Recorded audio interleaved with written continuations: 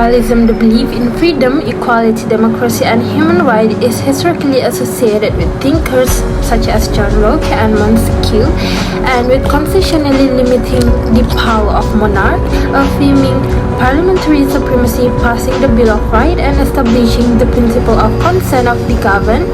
The 1776 Declarations of Independence of the United States founded the Nonsense Republic on liberal principle without the encumbrance of hereditary aristocracy. The declaration states that all men are created equal and endowed by the Creator with certain unalienable rights, among these life, liberty, and the pursuit of happiness, and coining John Locke's phrase, life, liberty, and property. A few years later, the French Revolutions overthrew the heredity of aristocracy with the slogan liberty, equality, fraternity, and was the first state in history to grant universal male suffrage. The degradations of the right of men and of the citizen, first coded in 1789 in France, is a foundational document of both liberal and human rights. The intellectual progress of enlightenment, which questions all tradition about societies and governments, eventually coalesced into powerful revolutionary movements that topped what the French called the ancient regime. The belief in absolute monarchy and established religion, especially in Europe, Latin America, and North America. Thank you, Sister Aisha. Assalamualaikum warahmatullahi wabarakatuh. My name is Siti Nobalkis Fatima Asri. So now that we are clear of the history of liberalism, thanks to Sister Aisha for explaining, me and my other group member, which is Sister Aida, will be explaining on the next part of this presentation, or the next agenda, which is on the ideologies of liberalism. So the first point I would like to point out in this part is how individualism and human rights are the heart of liberalism. So liberals argue that each human is different from each other and is credible enough to know and understand what is the best for himself or herself, as well as to choose and act rationally according to what he thought could make him happy, satisfied, and serve his personal interests. So in this sense, we can understand that liberals believe individuals' welfare, their rights, should be the highest priority, and that this ideology, this understanding, this value should be the basis of that particular society in order for that society to keep its harmonious. So along with this positive attitude, which is acknowledging and respect individuals' interests, comes the value of tolerance for individuals and pluralism for society as a whole. Hence, this is the reasons why we always hear about how liberals defended religious freedom, and often against several privileged creeds that seem to be controlling and limiting what a person could do. For instance, the often scenarios we could observe in this current time is how the liberals promote the LGBTQ community, or normalizing a trans culture, voicing out about gender and racial equality, also disables individuals' right, and some even go to the extent of defending the right of the animal. So to conclude is, according to the liberal, religion is a matter of individuals and not for the government or any other authority to take in charge of or to interfere. Now that we have talked about the religious freedom, it brings us to the next topic, which is on the freedom of speech.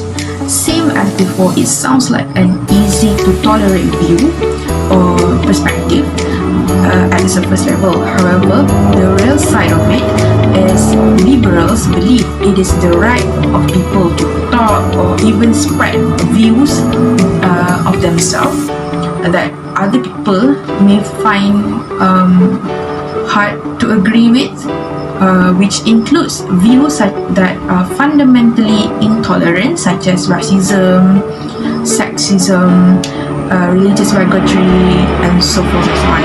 So according to the liberals, people have a right to express such views but they need to expect that their views will be vigorously challenged. But what we want to conclude is that the liberals preach that all views shouldn't be considered as morally right or wrong merely based on the shared value in the society, and they still have the freedom to express whatever they think it is according fit their stand. So to sum up, in this particular ideology or characteristic or values under liberalism definitely brings difficulty for them to agree or having respect to a religious belief group such as Catholic or Islamic community, especially on topics like abortions, rights of women, and so on. And I guess that's all from me. Now I'll pass the baton to Sister Aida to explain the next point. Thank you. Thank you, Sister Balkis. My name is Siti Nur Aida binti Rusli and my metric number is 2012-216. Now I will talk about one of liberalism ideology that focus on equality in liberalism. In my presentation, I will divide it to two parts. The first part I will focus on equality in opportunity generally, and the second part I will explain about the same thing, equality in opportunity, but it will be focused on education. First thing first, I will explain generally about equality in opportunity. Throughout, as we know, throughout the history, one of the fundamental liberalism belief has been equality. It has been questioned how liberals support policy that strive for equality, because for them, inequality such as sexism, homophobia, and racism limits an individual's genuine potential and identities. Liberals also support legislation that promotes a more equal start in life for all children. However, they were opposed to policies that would deprive hardworking people of their wealth. Liberals believe that people's abilities and capabilities have like a big difference. If the beginning conditions are about equal, the outcome also should just be called fair. As a result, these priorities and wealth distribution are fully acceptable with liberalism. Liberals think that an outcome that is socially unequal is just. The liberal position is based on the belief that equality and liberty are incompatible. Inevitably, society will have to choose between achieving equality of results and preserving individual liberty. Okay, next I will explain about equality in opportunity, specialized in education aspect. The concept of educational opportunity is used to justify seeking anything less than absolute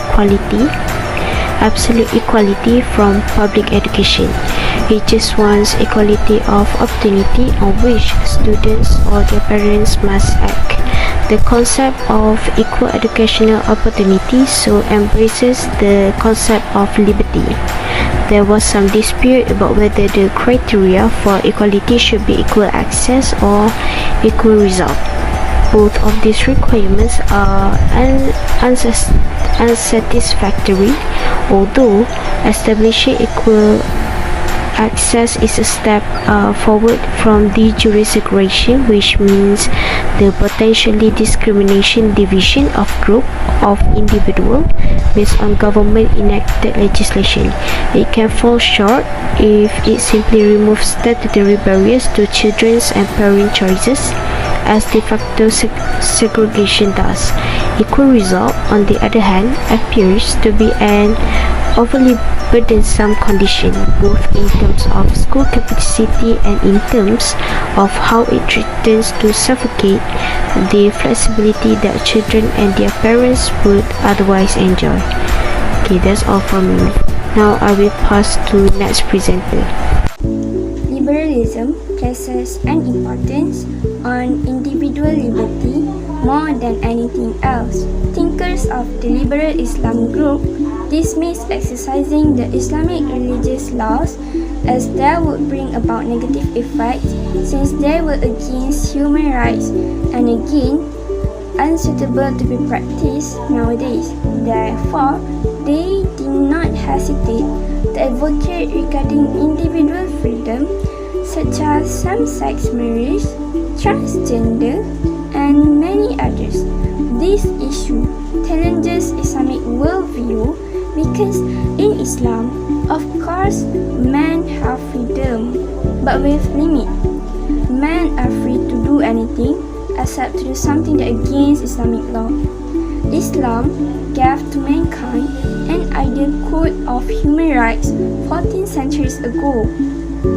These rights aim at conferring honor and dignity on mankind and eliminating exploitation, oppression, and injustice.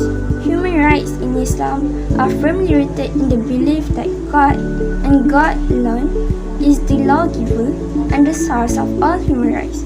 Due to their divine origin, no ruler, government, assembly, or authority can curtail or violate in any way the human rights conferred by God, nor can they be surrendered. In my opinion, this individual freedom movement do not bring any benefit.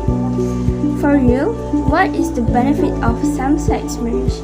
How can they preserve that unsalted me? I think it is only because of their desire. And then, what is the benefits of being transgender? It just causes confusion and that will have many negative consequences. If they have psychological issues, they should meet psychologists. They should not change their physical. Next, liberalism also places an importance on freedom of speech. Islam does not allow the adoption and propagation of freedom of speech as propagated by the West, since this would include the promotion of such ideas that clearly contradict Islam, such as usury, obscenity, under the guise of entertainment and separation of Islam from life's affairs. This is not to say that Islam does not allow the Muslims to express their opinions freely. It is allowed for a Muslim to express his opinion about anything or any issue, but this opinion must be derived from Quran and Sunnah of Prophet. Numerous examples can be cited from the Islamic history where freedom to express one's opinion not only existed but was also encouraged. The companions of the prophets openly disagreed with each other on various aspects of Islamic rules. The Caliph Harun al-Rashid provided financial incentive for anyone who would teach, learn, propagate, or debate issues of the deen. Islam has given the Muslims the right to express their opinions, even if they contradict the opinion of the ruler or that of the majority of the Muslim. He has made it obligatory upon the Muslim to express their opinions and criticize the ruler if he abuses his authority by ordering something that displeases Allah. The Messenger of Allah said, "The master of martyrs is Hamzah bin Abdul Muttalib, and a man who stood up to an oppressive ruler ordered him to do good and forbade him from doing evil and was killed by him." Assalamualaikum warahmatullahi wabarakatuh. My name is Nur Arisa Adriana binti Muhammad Rostam. My metric number is 2010516 and I will be continuing the presentation for how liberalism challenges Islamic worldview in terms of equality. So, as mentioned previously by Sister Aida, one of the main ideologies of liberalism is equality. In liberalism, there are many equal rights that they fought for, such as gender equality, racism, as well as LGBTQ rights. So, how does equality in liberalism challenge the Islamic worldview? First, we can look at the emergence of liberal Islam. Due to liberalism ideologies, the term liberal Islam was formed for wanting equality and freedom of thinking in religious matter. Khan 2003 stated that liberal Islam means and function to emphasize liberal values such as religious tolerance, freedom of conscience and speech, civil liberties, social justice, public welfare and educational development. So in what way does liberal Islam challenges the Islamic worldview, and in what way does it contradicts with the Islamic teaching? So according to Khalif Muammar, as being mentioned by Arifin Ismail in 2006, there are 9 characteristics of thinking for liberal Islam. First one is rationalism as secularism.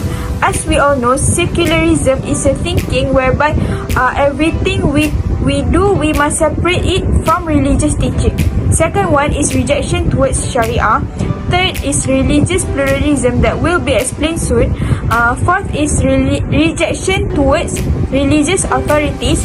Fifth, freedom in interpreting Islamic texts. Sixth, there are no claim of truth, which is related to relativism thinking.